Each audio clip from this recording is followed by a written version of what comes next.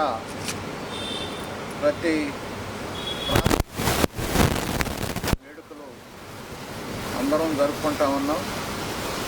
భారతదేశంలో ఉన్నటువంటి కులాలు, మతాలు, ప్రాంతాలు, అలానే రాజకీయ పార్టీలు అందరూ కూడా ఏకమై ఈ రోజున మన స్వాతంత్ర దినోత్సవ ఫలాలను ఎలా ఇది వచ్చాయి, అలానే భవిష్యత్తులో ఎలా మనం చేయాలనే దానికి ఇవాళ ప్రతినబోనటం, జ్ఞాపకం చేసుకోవటం అనేది జరుగుతూ ఉంది. ముఖ్యంగా ఇవాళ ఉన్నటువంటి పరిస్థితుల్లో మన భారతదేశంలో ఏ ఉద్దేశం కోసం అయితే స్వాతంత్రాన్ని సాధించుకున్నామో ప్రజాస్వామ్య విలువలు లేకుండా పోయినటువంటి పరిస్థితి అనేది ఉంది. ఇవాళ అంతేకాకుండా మన భారత రాజ్యాంగాన్ని కూడా రక్షణ లేకుండా పోయినటువంటి పరిస్థితి అనేది ఉంది.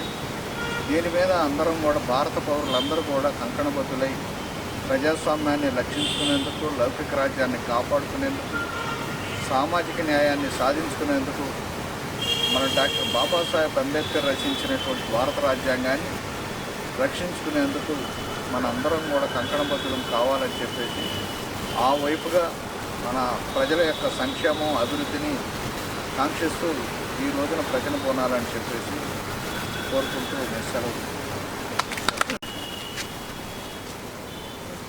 అందరికీ స్వాతంత్ర దినోత్సవ శుభాకాంక్షలు. అనేక త్యాగాలతో, పోరాటాలతో, బలిదానాలతో ఈ దేశానికి స్వాతంత్రం సిద్ధించింది.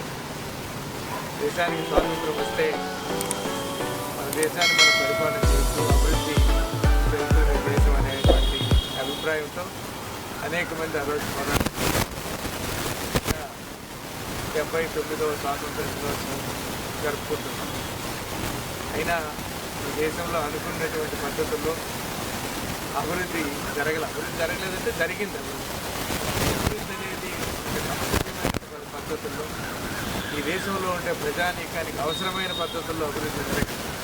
మనకంటే వెనక స్వాతంత్రం పొందినటువంటి చైనా లాంటి దేశాలు మనకంటే ఎంతో అభివృద్ధి చెంది ప్రపంచంలో రెండవ ఆర్థిక వ్యవస్థగా రెండవ ప్రపంచ యుద్ధంలో ధ్వంసమైన జపాన్తో అభివృద్ధి చెంది మంచి సమాజాన్ని ఏర్పాటు చేసుకోవచ్చు. అనేక దేశాలు ఎంతో ముందుగా అభివృద్ధి చెంది పాలకులు చెప్తా ఉంటారు అభివృద్ధి చెందిన దేశం బ్రహ్మాండం వికసిత ఇంకా దారిద్ర్యం, నిరుద్యోగం, ఇంకా అశాంతి, ఇంకా అనేక రకాలైనటువంటి సమస్యలు భారతదేశం. అయినా ఈ భారతదేశం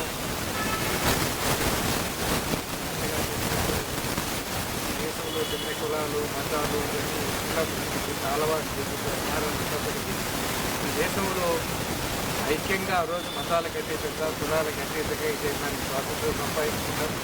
అదే పద్ధతుల్లో పాలకులు, రాజకీయ పార్టీలు ఎన్ని చూసుకుంటున్నా దేశం మంది, ఈ దేశం ఐక్యంగా ఉండాల్సినటువంటి ఐక్యంగానే దీన్ని అభివృద్ధి చేసుకోవాలనేటువంటి ప్రజల ఆకాంక్ష బలమైంది కాబట్టి ఐక్యంగా ఆ వైపున మనం దీన్ని స్వతంత్రం ఏ ఉద్దేశం చేస్తే స్వాతంత్రం సంపాదించి